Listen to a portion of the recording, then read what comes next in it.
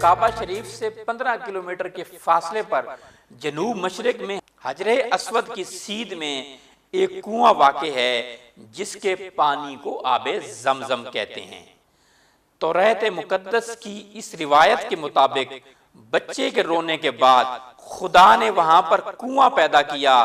اس کنویں کا وجود ایک معجزہ تھا۔ علامہ اقبال فرماتے ہیں، دنیا کے بت قدوں میں پہلا وہ گھر خدا کا، ہم اس کے پاسباں ہیں، وہ پاسباں ہمارا۔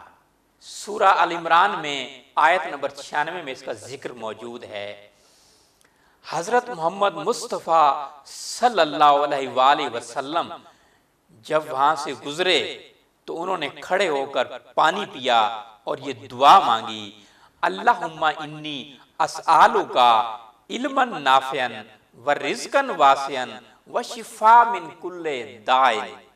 اے اللہ، میں تجھ سے سوال کرتا ہوں ایک ایسے علم کا جو فائدہ دینے والا ہو، اور ایسے رزق کا جو مجھے کھلے دل سے عطا کیا جائے، اور مجھے تمام بیماریوں سے شفائے مرحمت عطا فرما۔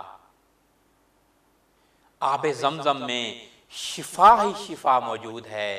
جس غرض کے لیے پیا جائے، دل کے امراض کے لیے پیا جائے، شوگر کے امراض کے لیے پیا جائے، جگر کے امراض کے لیے پیا جائے، شہد میں ڈال کے پیا جائے، کھجور کے ساتھ لیا جائے، کھجور کا پانی بنا کے اس میں استعمال کیا جائے، تو شفا ہی شفا موجود ہے۔ حضرت محمد مصطفیٰ صلی اللہ علیہ وآلہ وسلم جب بھی ان کا گزر وہاں سے ہوتا، زمزم کے پانی کو ہمیشہ ساتھ لے کر جاتے۔